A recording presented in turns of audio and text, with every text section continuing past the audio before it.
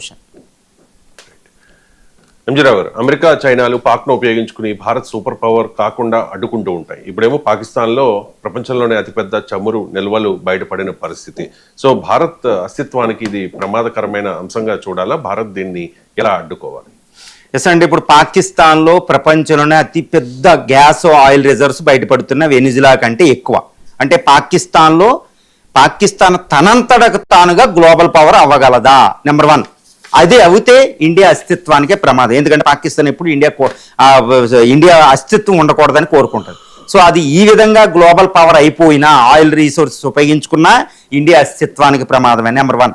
Number 2 ఏంటంటే ఇప్పుడు పాకిస్తాన్లో ఇంత ఆయిల్ వెళ్తుంది కాబట్టి పాకిస్తాన్లో ఆయిల్ వెళ్తే ఎక్కడుంటే అక్కడ సూపర్ పవర్స్ వస్తాయి. ముఖ్యంగా చైనా వస్తుంది, అమెరికా వస్తుంది. ఇప్పటికే పాకిస్తాన్ అడ్డాగా చేసుకుంది. చూడండి, 2000 సంవత్సరం వరకు 1947 నుంచి 2000 సంవత్సరం వరకు దాన్ని పాకిస్తాన్ని అమెరికా వాడుకుని ఇండియాని అనగదొక్కింది. 2000 సంవత్సరం నుండి చైనా దాన్ని వాడుకుని చైనా దాన్ని అణ్వస్త్ర దేశం చేసి ఇండియాను ఆపుతుంది. ఈ విధంగా చైనా అమెరికాలు ఇండియాని ఆపడానికి, గ్లోబల్ పవర్ అవ్వకుండా ఉండడానికి పాకిస్తాన్ అడ్డాగా చేసుకుంటున్నారు. ఇప్పుడు అక్కడ ఆయిల్ వెల్త్ వచ్చింది, ప్రపంచంలోనే అతిపెద్ద ఆయిల్ వెల్త్. దాన్ని అలా ఉంచితే అది ప్రపంచాన్ని ఏలద్ది.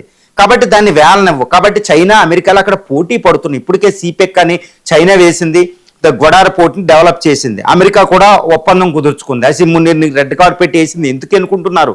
చూడండి, రెడ్ కార్పెట్ వేసి ప్రపంచంలోని 305 బిలియన్ బ్యారల్స్ ఆయిల్ బయటపడిపోయింది. ప్రపంచానికి అతిపెద్ద ఎగుమతిదారుగా మారబోతుంది పాకిస్తాన్. మరి ఇండియాకి ఏ విధంగా ప్రమాదం అంటే ఆ పాకిస్తాన్ గ్లోబల్ పవర్ అయినా ఇండియా అస్తిత్వానికి ప్రమాదం, ఇండియా ఎగ్జిస్టెన్స్ ఉండదు. అదేవిధంగా అక్కడికి వచ్చి చైనా అమెరికాలు దెబ్బలాడుకున్నా మనకు గ్లోబల్ ఫ్లేవర్ ఉండదు. కానీ ఈ సమయంలో మనం చాలా కేర్ఫుల్గా, చాలా ప్రోయాక్టివ్గా థింక్ చేయాలి. చరిత్రలో ఇంకొకసారి తప్పిదం జరగకూడదండి. నేను చెబుతున్నానని కాదు, యాక్చువల్గా చెప్పాలి అంటే ఇది భారత ఉపఖండంలో భాగం పాకిస్తాన్. చూసుకోండి, ఇప్పుడు చైనా ఏమంటది? టిబెట్ నాది, నా కల్చరల్గా ఉంది, అది నాదే అంటది. బ్రిటిష్ వాడు పెట్టిన సరిహద్దును ఒప్పుకోలేదు. అమెరికా చూడండి, ఫామ్ అయిన తర్వాత 1800 నుంచి మెక్సికోలో భాగం, కెనడాలో భాగం అన్నీ తీసుకుని కాలిఫోర్నియా అన్నీ చూసి ఎక్స్పాండ్ చేసేసుకుంది. గుర్తుపెట్టుకోవాలి. మరి ఇండియా గత 10,000 సంవత్సరాలుగా భారత ఉపఖండం అంటే ఉత్తరాన హిమాలయ పర్వతాలు, హిందూ కుషు, కిర్దారు, సులేమన్ రేంజ్ అంటారు. గుర్తుపెట్టుకోవాలి.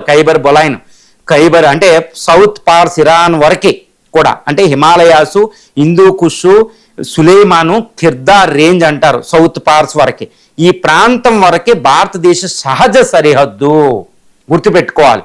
కింద హిందూ మహాసముద్రం, ఈ మధ్యలో ఉన్న ప్రాంతాన్ని ఇండియన్ సబ్ కాంటినెంట్, భారత ఉపఖండము అని పిలుస్తారు. బ్రిటిషుడు వచ్చేటప్పటికి అది ఏకమై ఉంది. అశోకుడు మహాసామ్రాజ్యం, మౌర్య మహాసామ్రాజ్యం, కనిష్కుడు మహాసామ్రాజ్యాలు మనం చూసాం. గుర్తుపెట్టుకోవాలి. ఇంతటి మహాసామ్రాజ్యం చారిత్రకంగా ఇది India land.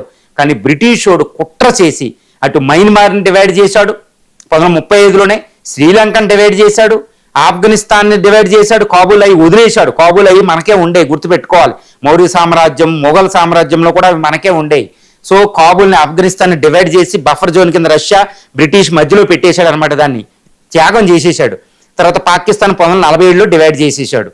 So Bangladesh divide చేశాడు. బ్రిటిషోడు భారత ఉపఖండాన్ని ముక్కలు చేశాడు.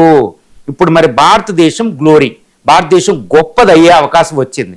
ఇప్పుడు భారత ఉపఖండంలో బ్రిటిషోడు క్రియేట్ చేసి చరిత్రలో కొంతకాలం క్రియేట్ చేసినవి భారత అస్తిత్వానికి ప్రమాదంగా మారినాయి. చూడండి, మాల్దీవులు చిన్న కంట్రీ, ఇటు నేపాల్, బంగ్లాదేశ్ చిన్న దేశాలు పాకిస్తాన్లు భారత అస్తిత్వాన్ని ప్రమాదంలో నెడుతున్నాయి. ఇప్పుడు 5 యుద్ధాలు చేసాం, ఇంకో 6వ యుద్ధం చేసాం. చైనా అమెరికాలు ప్రత్యక్షంగా రాకుండానే మనల్ని ఏడిపిస్తున్నాయి. సో డివైడ్ అండ్ రూల్, విభజించు పాలించు సిద్ధాంతాన్ని బ్రిటిషోడు వెళ్ళిపోయినా మన దగ్గర ఉంది. కాబట్టి ఈ విభజించు పాలించు బ్రిటిషోడిని మొత్తం కూకటి వేలతో లెగ్గొట్టాలంటే భారత ఉపఖండం అంతా ఒకే దేశం కింద మారాలి. అది అఖండ భారత్. నేను అనేది ఆర్ఎస్ఎస్ అనేది అఖండ భారత్ కాదండి. ఇప్పుడు వాళ్ళు మతపరంగా మారొచ్చు, ఏదైనా మారొచ్చు. నేను మాట్లాడేది చారిత్రక పరంగా, ఒక విస్తృతమైన చారిత్రక పరంగా వచ్చే భారత భవిష్యత్తు పరంగా నేను మాట్లాడుతున్నా. ఎందుకంటే భారత అస్తిత్వం ఉండదన్నమాట. ఇప్పుడు చూడండి, United States of America Monroe డాక్టర్ని తీసుకొచ్చి ఉత్తర దక్షిణ అమెరికాలో ఏ దేశం కూడా పవర్ రాకూడదు అంటది. ఎందుకంటే దాని సెక్యూరిటీ కోసం. రష్యా ఏమంటది? హార్ట్లాండ్ థియరీ, రిమ్లాండ్ థియరీ ప్రకారం ఉక్రెయిన్ నాటోలో జాయిన్ అవ్వకూడదు, అవసరమైతే నాటో నాశనం చేస్తారని యుద్ధానికి దిగుతుంది. చైనా ఏమంటుంది? తైవాన్ మాది, అక్కడికి ఇంకొకళ్ళు ఎక్కడికి వస్తారో టిబెట్ నాది అంటుంది. మరి భారతదేశం ఒక గ్లోబల్ పవర్గా ప్రపంచంలో ఓల్డెస్ట్ సంస్కృతి ఉండి ఉపఖండం తన నేచురల్ సరిహద్దులు ఎందుకు ఉండకూడదు? అటు ఖైబర్ బొలాను, తర్వాత హిందూ కుష్, తర్వాత హిమాలయాలు, సులేమాను, కిర్దార్, అంటే ఇటు ఇరాన్ నుంచి ఆఫ్ఘనిస్తాన్ కలుపుకుని కిందనున్న లోపలికి ఏ పవర్ వచ్చినా భారత అస్తిత్వానికి ప్రమాదమే. ఇప్పుడు పాకిస్తాన్ అన్ని పవర్లను అక్కడ తెస్తుంది, అక్కడ కుంపట్లు పెడుతుంది. అది ఆపాలి. అంటే భారతదేశం వెళ్ళి వాటిని ఆక్యుపై చేసుకోవడమే కాదండి, సౌత్ ఏషియా సబ్ కాంటినెంట్లోకి భారతదేశం ఖచ్చితంగా ఒక మాట చెప్పాలి. అక్కడ అమెరికా మన్రో డాక్ట్రిన్ ప్రకారం చెప్పినప్పుడు, అక్కడ రష్యా హార్ట్లాండ్ థియరీ, రిమ్లాండ్ థియరీ ప్రకారం అక్కడ ఉక్రెయిన్ నాటోలోకి వెళ్ళకూడదని అది మాట్లాడుతున్నప్పుడు, చైనా మాట్లాడుతున్నప్పుడు భారతదేశం ప్రత్యక్షంగా ప్రపంచ పవర్స్కి ఒక క్లెయిమ్ చేయాలి.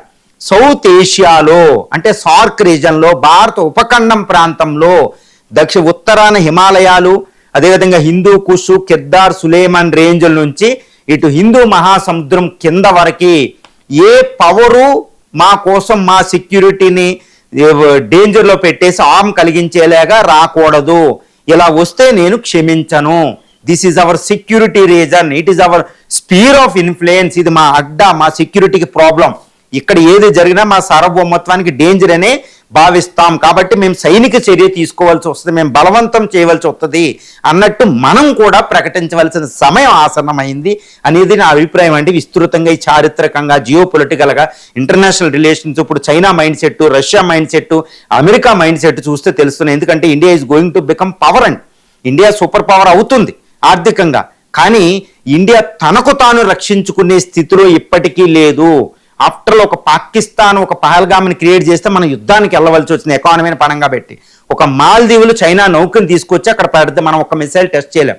శ్రీలంక హంబోన్-టాటా తీసుకొచ్చి పెడితే, నేపాల్ లుంబిని అది నాదే అంటది, లిపు లేక్ నాదే అంటది.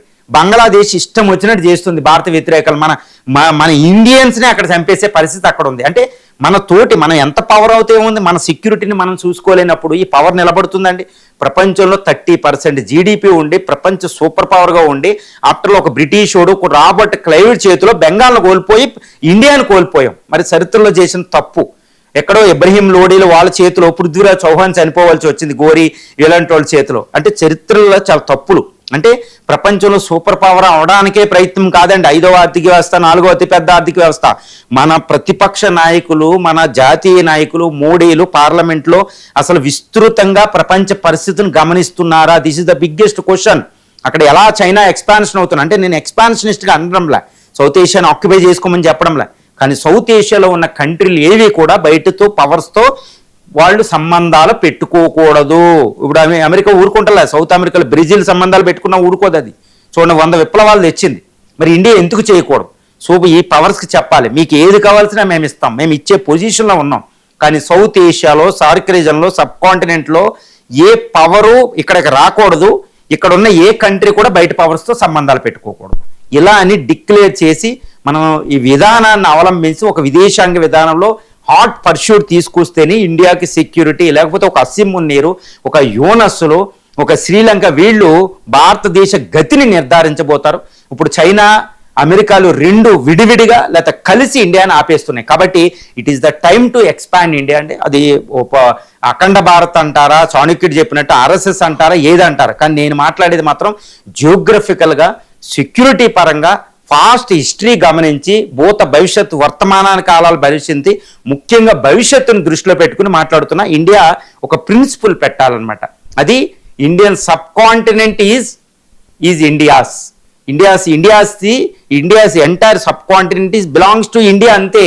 ఈ సెక్యూరిటీలో బయట పవర్ రాకూడదు, బయట వాళ్ళు పవర్తో సంబంధాలు పెట్టుకోకూడదని డిక్లేర్ చేయి. మనం కూడా ఒక డాక్టరీని పెట్టుకుని, సెక్యూరిటీ డాక్టరీని పెట్టుకుని బయటికి అనౌన్స్ చేసి మన మిలిటరీ పవర్ని విస్తృతంగా పెంచుకుని, ఇటు Russia, China, United states, America ఏదైనా మన మీదకి వస్తే వాళ్ళని సర్వనాశం చేయగలిగే సూర్య మిసైల్ అని, శాటిలైట్ అసాట్ అని, తర్వాత ఇవన్నీ న్యూక్లియర్ సబ్మెరైన్స్ ఇవన్నీ పెట్టుకుని, ఇప్పుడున్న 180 అణ్వాయుధాలు మనకి ఏమాత్రం సరిపోవు. 1000 అణ్వాయుధాలకి చైనా విస్తరించుకున్నట్టు 1000 అణ్వాయుధాలు కావాలి. తర్వాత మన యొక్క కరెన్సీని పెంపొందించుకుని ఒక గ్లోబల్ పవర్, ఒక కల్చరల్ పవర్, మనం కల్చరల్గా రైజ్ అవుతే ప్రపంచంలో ఏ కల్చర్ కూడా ఉండదు. అంత ఓల్డెస్ట్ సివిలైజేషన్ అండి. మ్యాక్స్ ముల్లర్ నుండి చెప్తారు, అరిస్టాటిల్ నుంచి, ఇవన్నీ మనకు తెలిసిందే చరిత్ర. కాబట్టి this is the time to India to to declare its own security doctrine అండి.